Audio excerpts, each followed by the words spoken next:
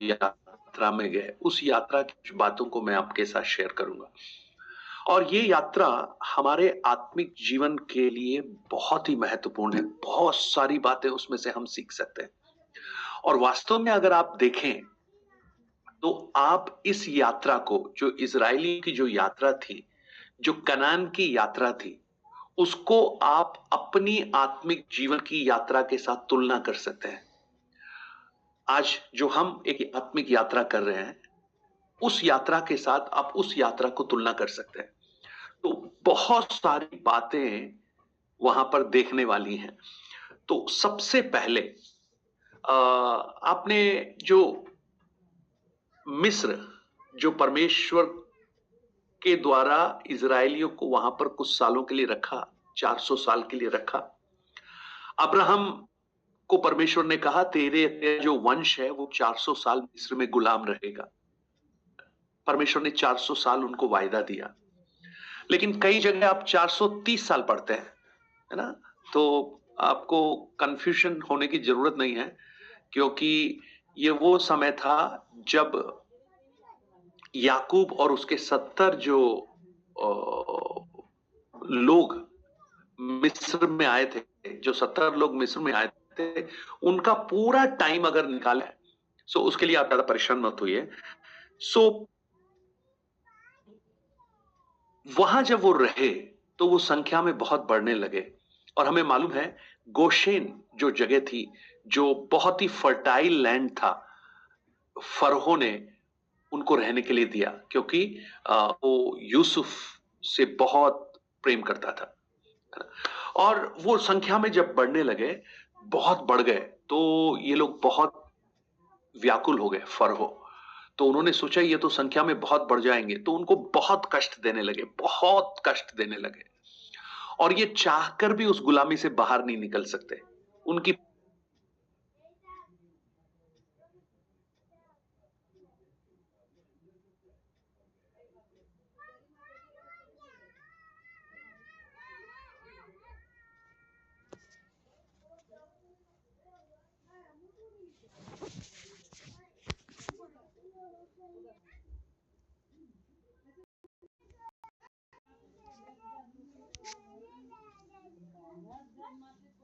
कर रहा था, पुण्य के काम कर रहा था, भले काम करने की कोशिश कर रहा था, परंतु वो उसमें से निकल नहीं सकते थे।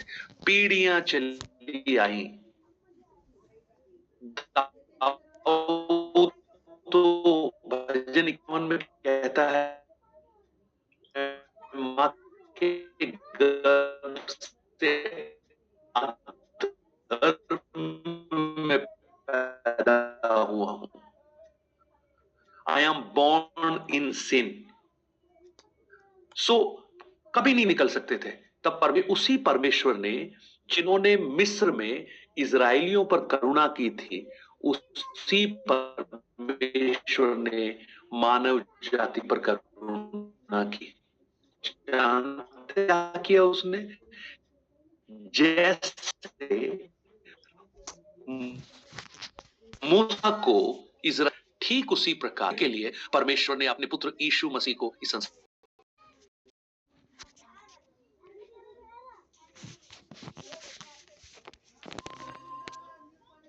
कदम था। उन्होंने उद्धार पाकर बपतिस्मा लिया, राइट? उसके बाद वो आगे बढ़े तो बहुत सारी चुनौतियां थी, रिक्तान था, 40 वर्ष तक वो भटकते रहे। तो ये जो भटकाव था, ये उनके लिए परमेश्वर की मानो एक पाठशाला थी, एक क्लासरूम था, उनका टेस्टिंग था। परमेश्वर उनके विश्वास को परख रहा था। हर बात में, छोटी छोटी चीजों में वो लोग बुड़बुड़ाते थे। अगर मैं और आप देखें, हमने जब उद्धार को प्राप्त किया, उसके बाद हम प्रभु की उस वायदे को, उस कमांड को हमने माना, उद्धार पाया, हमने बपतिस्मा लिया, और अब हम उस आत्मिक जीवन में चल रहे हैं। हम भी बहुत बार क्या करते हैं? अविश्वासी हो जाते हैं, बुड़बुड़ाते हैं, जीवन की चुनौतियों में फंस जाते हैं। तो ये सब क्या है? ये सब हमारा टेस्टिंग है, ये सब हमारी एक परीक्षा है। याकूब को आप पढ़ेंगे पहले अध्याय के दूसरे वचन से, तो वहां पर लिखा है, जब तुम नाना प्रकार की परीक्षाओं में पड़ो तो उसे बड़े आनंद की बात समझो। और उससे क्या होता है? तुम्हारा विश्वास से धीरज और धीरज से सिद्धता, तुम उस परफेक्शन की ओर आगे बढ़ोगे। सो वो जो यात्रा थी और ये यात्रा है, बहुत कुछ सिमिलर है। जब विल्डरनेस जब खत्म होगा, जब ये रेगिस्तान का समय जब खत्म होगा, उसके बाद वो लोग कहां पहुंचेंगे? यर्दन के किनारे पहुंचेंगे। यर्दन लास्ट स्टेप है। उस यर्दन क्रॉस करते ही दूसरे किनारे पर वायदे का देश है। पवित्र शास्त्र बाइबल इस यर्दन को मृत्यु से तुलना करती है, यानी मृत्यु के बाद एक कनान, एक वायदे का देश। सो वो मृत्यु को दर्शाता है। उद्धार, छुटकारा परमेश्वर ने दिया, उसके बाद उद्धार पाया, बपतिस्मा लिया, उस जंगल के मार्ग से गुजरे जहां पर परीक्षाएं हुई उनकी, और उसके बाद वो यर्दन में पहुंचे, यानी वो मर गए वहां पर, और उसके बाद कहां पहुंचे? वायदे के देश में पहुंच गए, कैनान में पहुंच गए। तो पुराने नियम की ये जो स्टोरी है हमें बहुत फैसिनेटिंग लगती है। आप 40 अध्याय जब पढ़ोगे निर्गमन की पुस्तक के, आपको उस कहानी का बहुत ही खूबसूरत रोमांच आपको नजर आएगा। राइट?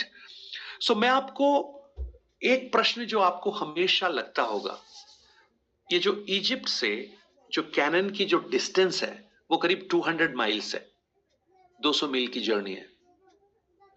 अगर साधारण तरीके से एक व्यक्ति यात्रा करे तो 20 माइल एक दिन में यात्रा कर सकता है। मतलब अगर यात्रा कर रहे हैं तो उस हिसाब से 10 दिन में वो पहुंच जाने चाहिए थे, लेकिन 10 दिन में पहुंचे नहीं वो, उनको 40 इयर्स लगे पहुंचने में, है ना। मैं आपको संक्षेप में वो मैप थोड़ा सा दिखाना चाहता हूं कि उनकी यात्रा कैसे कहां कहां होके चली।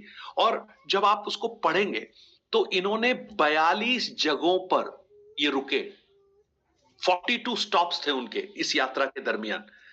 और उन यात्राओं के बीच में क्या क्या हुआ उसके बारे में हम विस्तृत रूप से हम सीख सकते हैं निर्गमन की पुस्तक में। सबसे पहले वो रमासे में, जहां से उनका स्टार्टिंग पॉइंट था, जो गोशेन में था, वहां से उन्होंने अपनी यात्रा शुरू की। आप 12 अध्याय उसका 37 वचन एक बार पढ़िए गायत्री, निर्गमन की पुस्तक 12 अध्याय 37 वचन।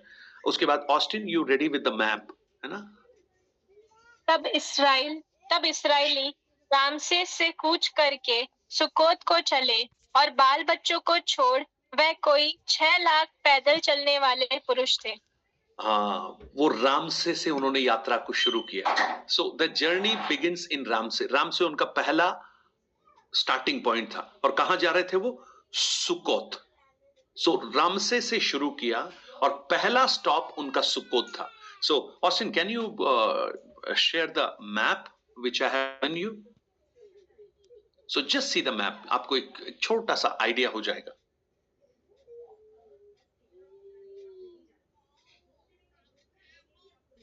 ओके, आपको सबको दिखाई दे रहा है? I hope all can see. Okay, अब you just see, I don't know how to use the pen. यहां आ जाइए। एक्सोडस जो अभी हमने पढ़ा था, सबसे पहला जो इनका जो पड़ाव था सुक्कोत, हमने अभी पढ़ा रामसे से शुरू किया, उसके बाद सुक्कोत में वो पहुंचे। इफ यू सी, इनको जहां जाना था ना, ये अगर सीधे ये सुकोत से अगर ये से सीधे अगर चले जाते तो ये 10 दिन की यात्रा में पहुंच सकते थे। लेकिन आप उनकी जर्नी देखो, ये जो डॉट डॉट डॉट दिखाई दे रहा है ना, ये उनका जर्नी है। ये जो ये कर्सर दिखाई दे रहा है आपको,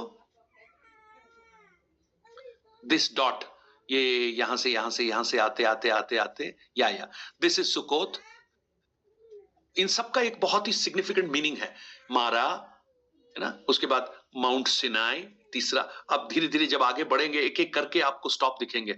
और आप देखिए, यहां देखिएगा एजियोन गेबर के बाद में ये कैसे यात्रा कर रहे हैं। देखो उनका डॉट देखा आपने, वहीं घूम रहे हैं वो लोग। दे आर जस्ट राउंडिंग, कादेश करना, ये सब वहीं पे घूम रहे, घूम घूम के वहीं घूम रहे। एंड देन उसके बाद वो 6 नंबर का जो वो आप देखेंगे वहां पर, वो जगह है जहां पर उन्होंने मूसा ने पीतल के सर्प को ऊंचा किया था। सो आप जब इस यात्रा को देखेंगे ये 10 दिन की यात्रा 40 इयर्स में तब्दील हो गई। उसका कारण क्या है? क्योंकि वो परमेश्वर के सामने विश्वास योग्यता में खरे नहीं रहे। They were not up to that faith. So हमारी इस जर्नी को, जो इजराइल लीव्स इजिप्ट और उन्होंने जो यात्रा शुरू किया, उस यात्रा को जब हम अपने यात्रा के साथ हम तुलना करेंगे तो हमें भी कई बार यह समझ में आएगा कितनी ही बार हम अविश्वस्त हो गए। We become unfaithful many times. आप इस बात को माने या ना माने। Okay Austin, you can move. मैं इसको ग्रुप में डाल दूंगा so that you can see that. Pastor ji, बीच में कहीं लैंड भी था ना, जहाँ पे रेड सी दिखा रहे थे, तो वो लैंड वाले एरिया में क्यों नहीं क्रॉस किया? समुद्र क्यों गए? बगल में तो लैंड था ना। लैंड होके निकल गया क्योंकि परमेश्वर ने उनको नहीं जाने दिया। It is God's GPS. अच्छा जी जी, ये परमेश्वर का जीपीएस था ना, नहीं तो वो 10 दिन में पहुंच सकते थे वहां पर, बट दे टुक 40 इयर्स। आप सोचिए 10 दिन की याद। सो परमेश्वर उन्हें सिखा रहा है, राइट? आप में से कितने लोगों को ये लगता है कि कई बार आप अविश्वस्त हो गए? किसी को लगता है? पता नहीं आपको लगता है कि नहीं, मुझे लगता है। I feel this many A times. I fail. बहुत बार हम अविश्वस्त हो गए, लेकिन परमेश्वर ने अपनी विश्वास योग्यता को कभी भी हमसे दूर नहीं किया। When we were unfaithful, he was still faithful। और वो था विश्वास योग्य, आज भी विश्वास योग्य है, और आने वाले दिनों में भी वो विश्वास योग्य रहने वाला है। क्योंकि इब्रानियों 13:8 यही कहता है, गॉड नेवर चेंजेस। हम लोग बदल जाते हैं, हमारे चेहरे बदल जाते हैं। आज जिनको हम मुस्कुरा के बात करते हैं, कल शायद हम उनसे गुस्से में बात करते हैं, क्योंकि हमें उनकी कुछ चीजें अच्छी नहीं लगती। उनका डीलिंग अच्छा नहीं लगता होगा, उन्होंने कुछ उल्टा पुल्टा बोल दिया होगा, वो अच्छा नहीं लगता होगा, या उन्होंने कुछ ऐसा काम किया होगा जो हमें अच्छा नहीं लगता होगा, या कभी हमने उनसे मदद मांगी होगी तो उसने नहीं की तो हमें अच्छा नहीं लगता होगा। हम फिर धीरे धीरे क्या करते हैं, उनको अपनी डिक्शनरी में से उनको हटा देते हैं। मैं आपको कहूं, अगर परमेश्वर जैसा हम कर रहे हैं वैसा कर रहा होता तो शायद हम कभी उसकी डिक्शनरी में नहीं होते, क्योंकि हम कितनी बार अविश्वस्त हुए, लेकिन वो हमेशा विश्वस्त रहा। आप इजरायलियों की इस यात्रा को, 40 साल की इस यात्रा को जब आप देखते हैं, ये बुड़बुड़ाए, इन्होंने परमेश्वर के खिलाफ बोला, इन्होंने मूसा के खिलाफ बोला, और यहां तक कि इन्होंने परमेश्वर को सब्स्टिट्यूट कर एक बहुत बड़ा सोने का एक बछड़ा बना दिया वहां पर, और उसको देखकर ये कहने लगे कि ये है जो हमें वहां से मिस्र से छुड़ा कर लाया है। लेकिन इन सब के बावजूद भी परमेश्वर उनके साथ बना रहा, वो कभी नहीं हटा। जैसा वो शुरू किया था, दिन को बादल का खंबा और रात को आग का खंबा बनकर, वो हमेशा उनके साथ चलता रहा जब तक उसने उन्हें कनान में नहीं पहुंचा दिया। Praise the Lord. एक बात मैं आपको कहना चाहता हूं, अगर परमेश्वर ने कहीं से आपको बाहर निकाला है, वो आपको पहुंचा कर ही रहेगा जहां वो पहुंचाना चाहता है। मार्ग में चाहे कितने भी रुकावटें हो, मार्ग में कितनी भी चुनौतियां हो, और आपको लगे कि अब हो नहीं सकता, लेकिन आप चिंता मत कीजिए, ये यात्रा आपने शुरू नहीं की थी, ये यात्रा परमेश्वर ने शुरू की थी, और इसको वो पूरा करेगा। सो उद्धार जो है वो हमारी योजना नहीं थी।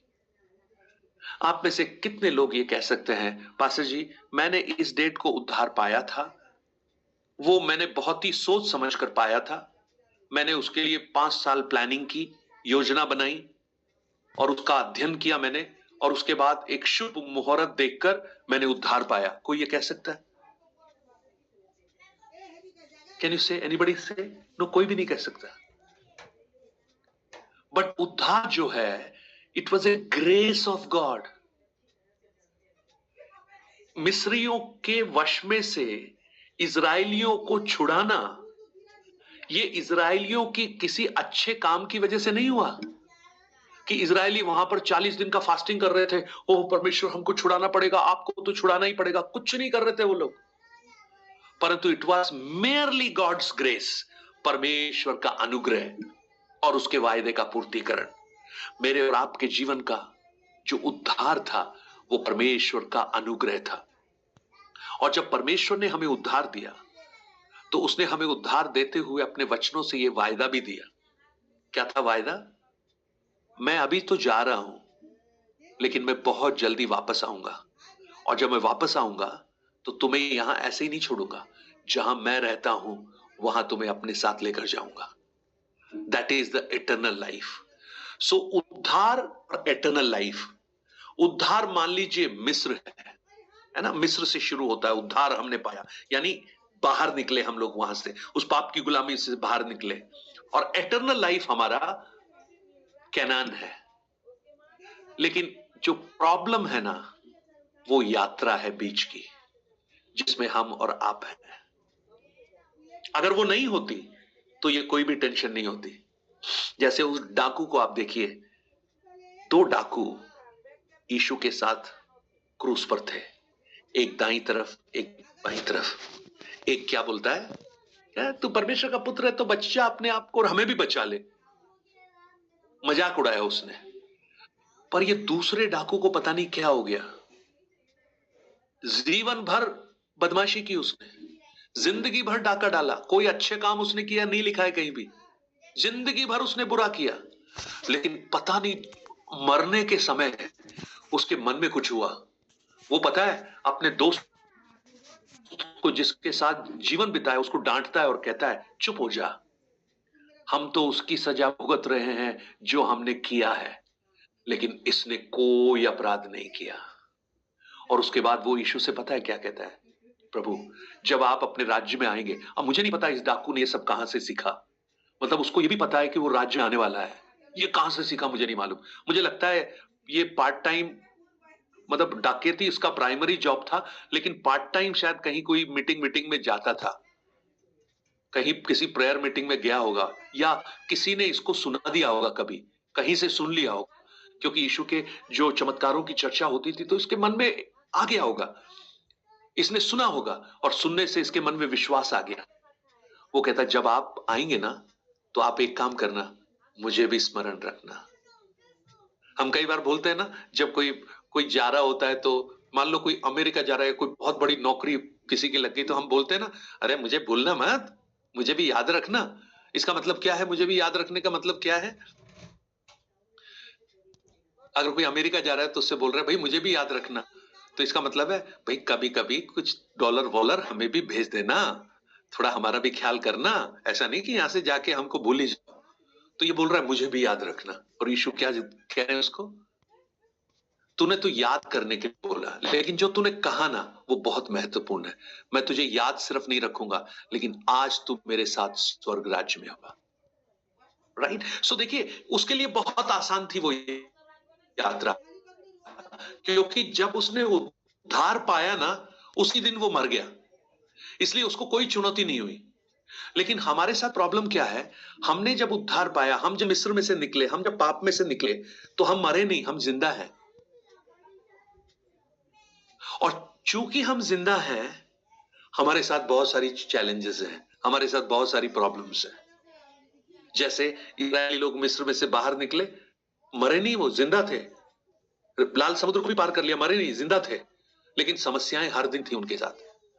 पानी नहीं तो प्रॉब्लम, खाना नहीं तो प्रॉब्लम, मूसा को लीडर बना दो तो प्रॉब्लम, नहीं बनाओ तो प्रॉब्लम, हर तरफ प्रॉब्लम ही प्रॉब्लम।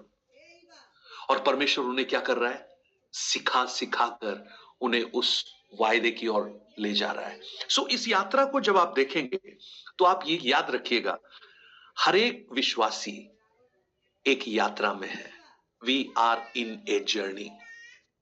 और एक अगर यात्रा है तो यात्रा का एक स्टार्टिंग पॉइंट भी होता है और यात्रा का एक फिनिशिंग पॉइंट भी होता है। आज जब हमने सुबह यात्रा शुरू की, हमें पता था हमें कहां जाना है, 125 किलोमीटर जाना है, और हमें पता था वहां से वापस आना है। तो हमारा स्टार्टिंग और फिनिशिंग का एक पॉइंट था। अब ये कई लोगों को ये पता नहीं है, विश्वासियों को पता नहीं है ये। वो स्टार्टिंग तो हो जाता है उनका, लेकिन फिनिशिंग क्या है उनको मालूम नहीं है। उनको ये लगता है कि प्रभु ने, अब मिस्री लोगों को पता क्या लगता है, उनको ये लग रहा है कि परमेश्वर उनको इसी जंगल में से ही ले जाने के लिए छुड़ाया है, अब वो यहीं रहने वाले हैं हमेशा के लिए। अरे भैया, जंगल में लाने के लिए नहीं छुड़ाया है, वायदे के देश में ले जाने के लिए छुड़ाया है। आज याद रखना, परमेश्वर ने आपको उद्धार इसलिए नहीं दिया है कि आपको इसी संसार में बनाकर रखे, ये यहीं पर आपको खुश कर दे और आप कहें अरे प्रभु मजा आ गया, आपने तो क्या किया है, वो क्या बढ़िया जीवन चल रहा है। नो नो नो, ये आपका गंतव्य नहीं है, ये आपका डेस्टिनेशन नहीं है। आपका डेस्टिनेशन तो अनंत जीवन है। और इसलिए आप जब 2-3 वचनों को पढ़ेंगे तो आपको समझ में आएगा। मेरे साथ निकालिएगा पहला पत्रस, उसका 2 अध्याय, उसका 11 वचन, और यूहन्ना रचित सुसमाचार 17 अध्याय, उसके 14 से लेकर 16 तक वचन, और फिलिपियों की पुस्तक 1 अध्याय,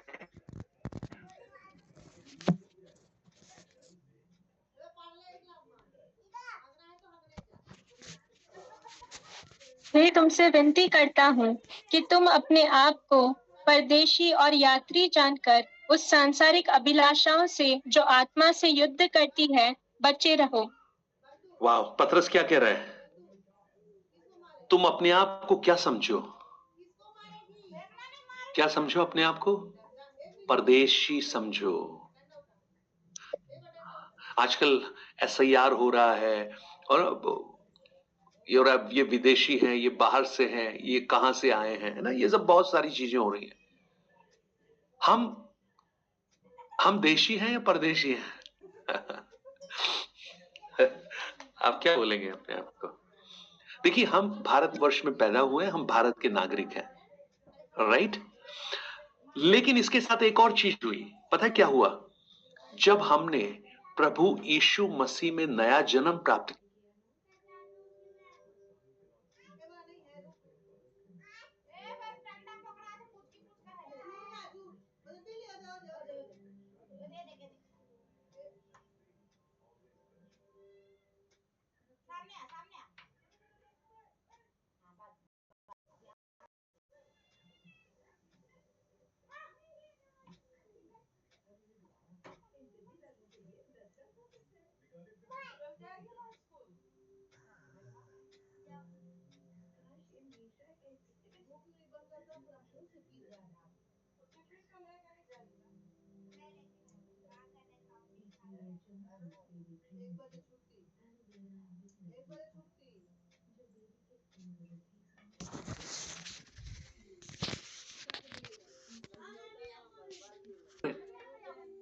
हमें पता है हम वहां पहुंचेंगे, लेकिन जब तक यहां हैं तो वो बड़े चैलेंज।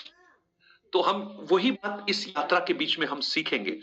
और यूहन्ना 17 अध्याय उसके 14 से 16 तक वचन को जब पढ़ेंगे, वहां पर प्रभु यीशु क्या कहते हैं?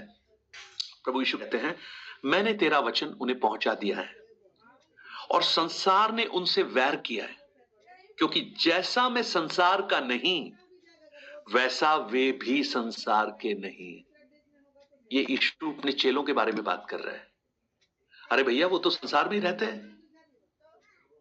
संसार में, लेकिन यीशु क्या कह रहा है? वो संसार के नहीं है। परंतु यीशु फिर प्रार्थना करते हैं, मैं ये विनती नहीं करता कि तू उन्हें जगत में से उठा ले, परंतु मैं ये विनती करता हूं कि उन्हें दुष्ट से बचाए रख। जैसे मैं संसार का नहीं वैसे वे भी संसार के नहीं। तो देखिए कितनी बड़ी बात यीशु कह रहे हैं। एक विश्वासी जो इस संसार में रहता है, वो रहता संसार में है, लेकिन वो संसार का नहीं है। ये बिल्कुल ऐसा है जैसे आप एक नाव में एक समुद्र में यात्रा कर रहे हैं। आपसे कोई पूछे आप कहां से बोल रहे हैं, आप कहेंगे मैं समुद्र से बोल रहा हूं। लेकिन भैया, आप समुद्र में नहीं है, आपका डेस्टिनेशन समुद्र नहीं है। आपको जो बोट मिली है ना, वो बोट आपको एक गंतव्य तक पहुंचाने के लिए मिली है।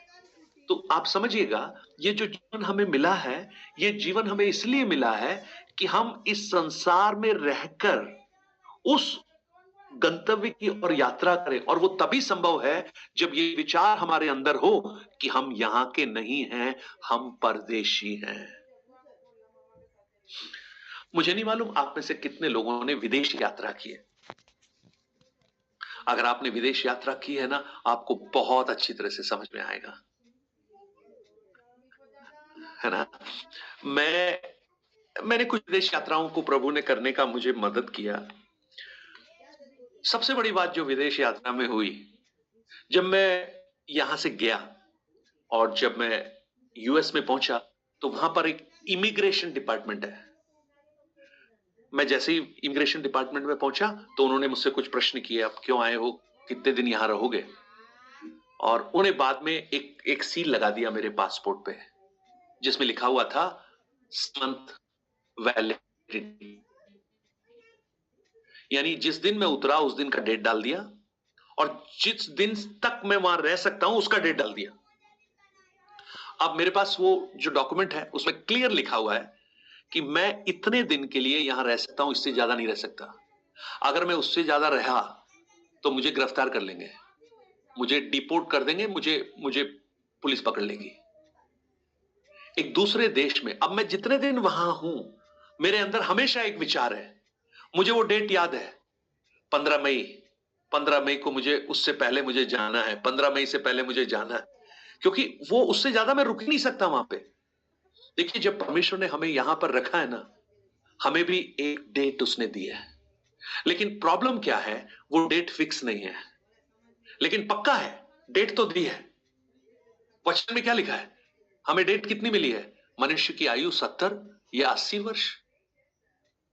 ये हमारा पासपोर्ट पे, वीजा पे वो लिखा हुआ है। यहाँ पे इस देश में जब हम रह रहे हैं ना, ये उस वीजा पे लिखा हुआ है, भैया तुम या तो 70 के रहोगे या 80 रहोगे, बल के कारण थोड़ा और कसरत वसरत कर लो, थोड़ा और रहोगे, लेकिन मनुष्य का एक बार मरना और न्याय का होना नियुक्त है। दैट इज श्योर, इसमें कोई शक नहीं है, हमको जाना ही पड़ेगा। अगर हम नहीं जाएंगे ना, अगर हम छुपेंगे तो पुलिस हमें बाहर निकाल देगी वहां से, और यहां तो हम कुछ कर ही नहीं पाएंगे, हमको निकलना ही पड़ेगा। सो अगर ये विचार हमारे अंदर है कि मैं परदेशी हूं और आप अपने देश में वापस जाएंगे, तो पता है आपका जीवन बहुत आसान हो जाएगा। अभी एक और जो सबसे बड़ी प्रॉब्लम हुई थी वहां पर पहुंचते ही, पता है क्या हुआ, मेरे पास कुछ पैसे थे। अब जब मैं वहां पहुंचा, मान लीजिए मुझे लगा कि मुझे कॉफी पीना है, और मैं कॉफी पीने के लिए वहां पहुंच गया, और मैंने पूछा भाई कॉफी कितने की है, तो उन्होंने बोला 200 रुपए की है। वो डॉलर में बोला उन्होंने, तो मैंने कैलकुलेट किया तो मेरा 200 रुपए आ रहा था। तो मुझे टेंशन नहीं थी, मैंने 200 रुपए निकाला और उसके हाथ में दिया, और जैसे ही उसने हाथ में लिया, उसको आगे पीछे से देखा एक बार, और मुझे बोला आर यू जोकिंग, मजाक कर रहे हो मुझसे। मैंने कहा क्या मतलब भाई साहब, मैं तो कॉफी पीना चाहता हूं, मजाक क्या कर रहा हूं। आपने बोला $3, मैंने कैलकुलेट किया, आज के हिसाब से 200 रुपए, तो 200 रुपए रखो आप। तो उसने, पता है, वो नोट मेरे हाथ में देके बोला, भैया ये जो है ना, हमारे लिए कागज का टुकड़ा है, यहाँ पे इसका कोई वैल्यू नहीं है। यहां तो डॉलर चलता है, यहां इंडियन मनी नहीं चलता है। हेलो, विदेश में नहीं चलता भैया। प्रभु यीशु क्या कह रहे थे, प्रभु यीशु ने कहा अपने लिए संसार में धन इकट्ठा मत करो, जहां पर कीड़ा लगता है, काई खराब करती है, लेकिन इकट्ठा करना है तो स्वर्ग में धन इकट्ठा करो। अब पैसा नहीं है, अब बड़ी समस्या, पैसा नहीं है यहाँ। अच्छा, उसके बाद तो एक के बाद एक चुनौतियां, जो हमारे यहाँ के रूल थे वहां के रूल वो नहीं है। गाड़ी में जब बैठा तो पता लगा कि मैं तो ड्राइविंग सीट पे राइट हैंड पे बैठता था, वहां ड्राइविंग सीट पे लेफ्ट हैंड में बैठा है, तो वही टेंशन, सब कुछ गड़बड़। अब थोड़ी देर के बाद तो बड़ी टेंशन हो गई, मुझे लगा यार वापस चलो, कहां फंस गए यहाँ पे। कितनी स्वतंत्रता है हमें, है ना। अब गाड़ी में चलते चलते केला खाते हैं, छिलका हवा में ऐसे उछालते हैं जैसे सर्कस वाले उछालते हैं, बूम, स्वतंत्रता। कहीं भी थूक देते हैं, जो चाहे वो करते हैं, लेकिन भैया वहां नहीं कर सकते। स्वतंत्रता नहीं है। और वहां पर अगर करोगे तो पता है वो साथ वाला क्या बोलेगा, अरे भैया मर जाओगे यहाँ पे, अभी छोड़, अभी आप 6 महीने के लिए आए ना, उससे पहले ही आपको बाहर निकाल देंगे। तो आपको वहां के रूल्स फॉलो करने पड़ेंगे। तो देखिए, हम यहां भी हैं और वहां भी हैं। पतरस कहता है तुम अपने आप को परदेशी समझो। अब हम परदेशी हैं। अब आप मुझे बताइए, अभी आपको एक यात्रा करनी है। अभी इमानुएल जी ने बोला कि मैं क्रिसमस पे यहां आऊंगा। हमने कहा बहुत आइए, जरूर आइए। अब इमानुएल जी वहां से आ रहे हैं और उन्होंने बैग लिया, अपना ब्रीफकेस बनाया और ब्रीफकेस में वो सामान इकट्ठा कर रहे हैं। तो सिस्टर राज पूछ रही हैं, ए जी तैयारी हो गई, पैकिंग हो गई? बोले हाँ पैकिंग हो गई। क्या क्या लिया आपने? तो इन्होंने कपड़ा वो खोल के दिखाया, तो उसमें 3 ईंटें, थोड़ी मिट्टी और 4-5 पोचे के कपड़े और इस तरह की कुछ चीजें रखी हुई हैं। तो ये क्या ले जा रहे हो आप? बोले नहीं मैं सामान ले जा रहा हूं। मैं आपको कहूं, हम आज यही करने की कोशिश कर रहे हैं। यहां पर हम आज यहां पर बैठकर जो इकट्ठा कर रहे हैं ना, जो ब्रीफकेस हम बना रहे हैं ना, वो ब्रीफकेस जब वहां पहुंचेगा ना, तो वो उसमें से पता है क्या निकलेगा? गार्बेज निकलेगा। किस कहा वहां क्या इकट्ठा करो। सो प्रियो, ये जो जर्नी है, खैर वो जर्नी आज हम शुरू भी नहीं कर पा रहे हैं। तो मैं आपको ये प्रोत्साहन देना चाहता हूं, जैसे परमेश्वर ने मिस्रियों को इज़राइल के लोगों को मिस्र में से बाहर निकाला, हमारे परमेश्वर ने मसीह यीशु के द्वारा हमें आपकी गुलामी में से बाहर निकाला। और जैसे उन्हें लाल समुद्र में से होकर लेकर चला, वो हमारे उद्धार की अवस्था को और बपतिस्मा की अवस्था को दर्शाता है। लेकिन उसके बाद जब रेगिस्तान में लेकर चला, तो ये बहुत भटक गए। इसका कारण परमेश्वर नहीं था, इनका विश्वास था। आज अगर हम भटक रहे हैं, अगर हम चिंतित हैं, हम परेशानी में हैं, हम व्याकुलता में हैं, तो आप समझ जाना उसका कारण परमेश्वर नहीं है, हम खुद हैं, हमारा विश्वास है। अगर आप हगाई की पुस्तक पढ़ोगे, वहां पहले अध्याय में लिखा है, उसके 5 और 6 वचन में, तुमने बहुत बोया लेकिन थोड़ा काटा, तुम खाते हो परंतु पेट नहीं भरता, तुम पीते हो परंतु प्यास नहीं बुझती, तुम कपड़े पहनते हो लेकिन गर्माते नहीं हो। और जो मजदूर मजदूरी कमाता है, वो छेद वाली थैली में रखता है। और उसके बाद लिखा है, अपने अपने चाल चलन के बारे में सोचो। जैसे इजरायली लोगों को परमेश्वर इन परीक्षाओं में डाल डालकर उनको सिखा रहा था, हमारा प्रभु हमें इस यात्रा में बहुत बातों को सिखाता है। और उस सिखाने की प्रक्रिया में कई बार हमें शारीरिक, आर्थिक, मानसिक तकलीफें हो सकती हैं। और जब ऐसा हो तो आप समझना, ये सब परमेश्वर की ओर से हमें कुछ सिखाने की एक प्रक्रिया है। और इसलिए भजन 119 का 71 कहता है, मुझे जो दुख हुआ वो मेरे लिए भला हुआ, जिससे मैं तेरी विधियों को सीख सकूं। और पौलुस तो ये कहता है, ये हल्का सा क्लेश मेरे लिए बहुत महत्वपूर्ण है कि मैं उस महिमा को मैं प्राप्त कर सकूं। 2 कुरिन्थी 4:17 में हम पढ़ते हैं। और याकूब 1 अध्याय मैंने आपको बताया, जब तुम परीक्षाओं में पढ़ो तो उसे आनंद की बात समझो। याद रखना, परीक्षा जितनी बड़ी होगी ना, पद भी उतना ही बड़ा मिलेगा। आप क्लरिकल का एग्जाम दे रहे हैं, आप क्लर्क ही बनेंगे, कभी भी आईएएस या आईपीएस नहीं बनेंगे। अगर आईपीएस बनना है तो यूपीएससी का एग्जाम देना पड़ेगा। और यूपीएससी फाइट करने के लिए आपको ज्यादा परिश्रम करना पड़ेगा। तो ज्यादा परीक्षाएं, ज्यादा कठोर परीक्षाएं, ज्यादा पदोन्नति। राइट? सो ये यात्रा कर रहे हैं, उस यात्रा को हम लोग आने वाले दिनों में हम सीखेंगे, उस यात्रा को भी। और ये बहुत ही फैसिनेटिंग है कि इस प्रकार उस गुलामी में से छूटकर वो वायदे की ओर चले। और आज हम लोग भी एक यात्रा में हैं। यहां पर हम हमेशा रहने वाले नहीं हैं, याद रखिएगा। कोई भी नहीं है। जिन्होंने बोला था ना कि हम रहेंगे हमेशा के लिए, वो भी नहीं रह पाए बेचारे। और हमें तो ये पता है, हमें तो पवित्र शास्त्र बाइबल में हमने इस बात को जाना, शास्त्र हमें सिखा रहा है। इसलिए आप हमेशा ये सोचिए, हम परदेशी हैं, और जब हम परदेशी हैं तो हमारे मन में हमेशा एक इच्छा होनी चाहिए, मुझे मेरे देश में जाना है, मुझे मेरे घर जाना है। अब जब बाहर जाते हैं ना, घूमने जाते होंगे, 3-4 दिन तो बड़ा अच्छा लगता है, ढाबे का खाना, होटल का खाना। फिर कुछ दिनों के बाद में अरे घर की दाल और रोटी मिल जाए वही बहुत है। ये तो इतना खाने के बाद भी कोई संतुष्टि नहीं है। आप में से कितने लोग हैं जो शादी वादी का खाना खाते हैं और आपको वो संतुष्टि मिलती जो घर में दाल रोटी खा के मिलती है? संतुष्ट होते हैं आप? खुशी तो बहुत होती है, ये भी ले लिया, वो भी ले लिया, ये भी ले लिया, लास्ट में आधे से ज्यादा तो फेंक ही देते हैं। राइट? समझ पा रहे हैं ना? इसलिए हमेशा ये याद रखिए, हमारा घर ये नहीं है। हमारा घर कहां है? लेकिन मिस्री लोग, इजरायली लोग ये भूल गए।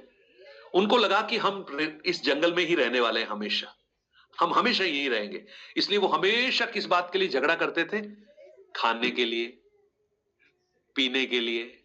उनका झगड़ा यही होता था, खाना और पीना, लीडरशिप। हम भी तो यही कर रहे हैं इस संसार में। प्रभु यीशु ने इसलिए क्या कहा? चिंता करके ये मत कहो कि क्या खाओगे, क्या पियोगे, क्या पहनोगे। तुम्हारा स्वर्गीय पिता तुम्हारे मांगने से पहले जानता है कि तुम्हारी आवश्यकताएं क्या है। सो आइए प्रियो, आज उस छुड़ाए हुए लोग जो उस गुलामी में से बाहर निकले हैं, जैसे मिस्र की गुलामी थी वैसे ही पाप की गुलामी में से प्रभु ने हमें बाहर निकाला।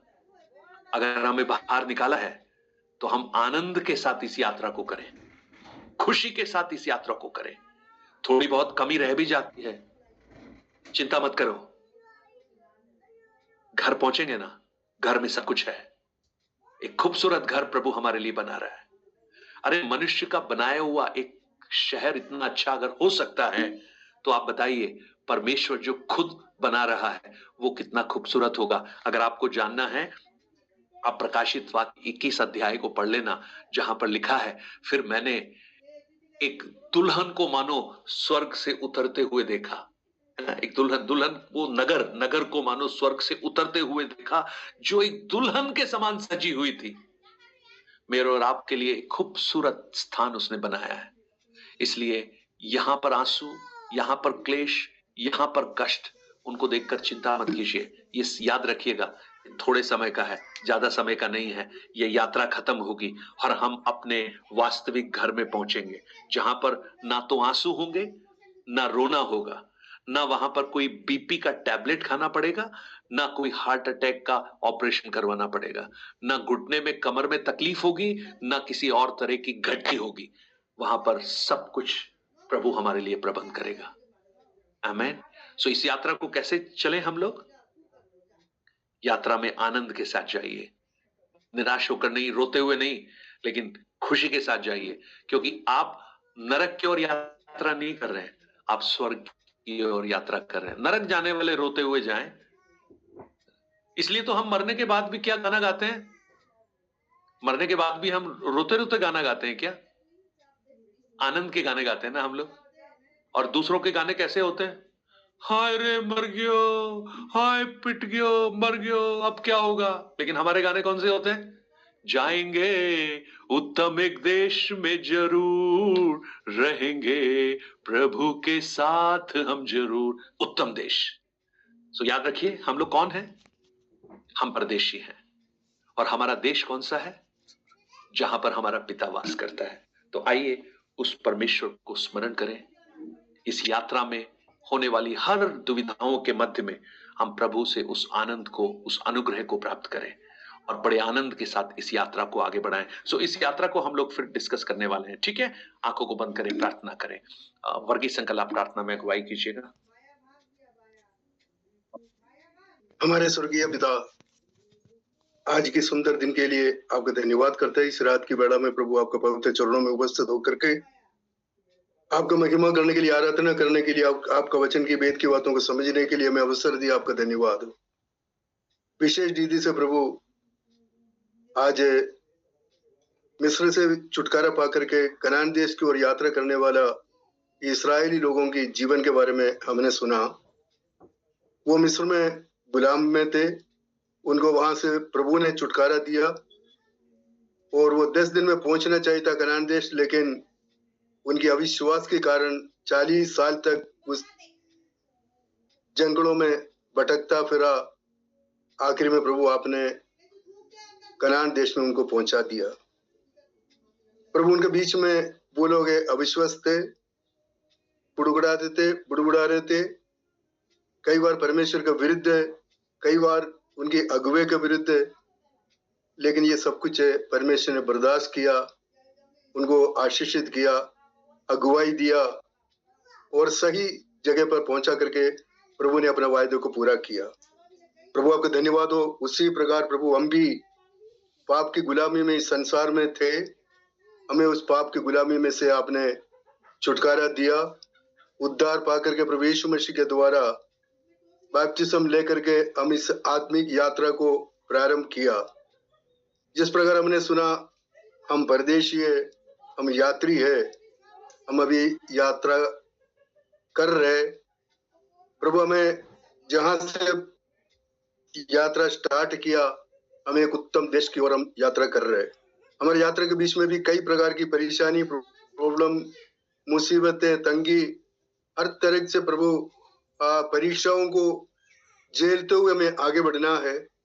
लेकिन प्रभु हम कभी भी निराशित होकर के या डिप्रेशन में होकर के या परमेश्वर की ओर कुड़कुड़ाते हुए ऐसे नहीं, हम इस बातों को आनंद की बात समझे और हम खुशी के साथ, आनंद के साथ इस यात्रा को जारी रखें।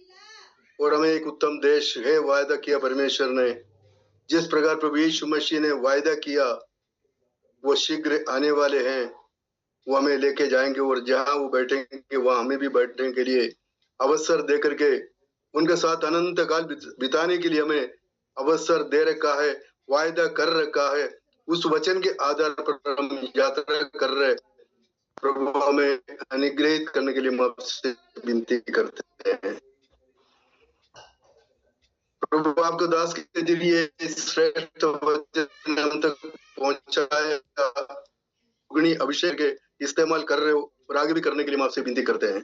हम जो वचन सुना, इस वचन को हमारे जीवन में उतारते हुए जिस प्रकार आप चाहते हैं उसी प्रकार हमारी यात्रा हम जारी रखें और कभी भी निराशित नहीं, आशावान होकर के प्रभु की आशा में लगे रहते हुए आनंद के साथ, खुशी के साथ हर एक मुसीबतों को, हर एक परेशानियों को, हर एक क्लेशों को पार करते हुए प्रभु यीशु मसीह जहां बैठेंगे वहां पहुंच करके अनंत काल बिताने के लिए प्रभु हमें अवसर देंगे।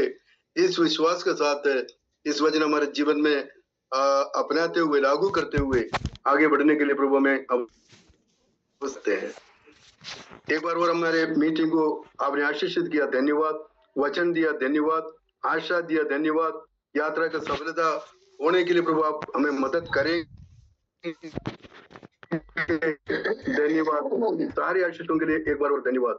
सारे आदर, महिमा, स्तुति, प्रशंसा आपको देते हुए छोटी सी प्रार्थना उद्धार करता प्रभु यीशु मसीह के पवित्र नाम से मांगते हैं, सुनो और ग्रहण कर पिता। आमीन, आमीन, आमीन। प्रार्थना को सुना इसके लिए प्रभु धन्यवाद। अब हमारे यीशु मसीह का अनुग्रह, पिता परमेश्वर का प्रेम, पवित्र आत्मा की संगति और सहभागिता हम सब के साथ मसीह यीशु के दूसरे आगमन तक होती रहे। आमीन। Amen. Thank you very much.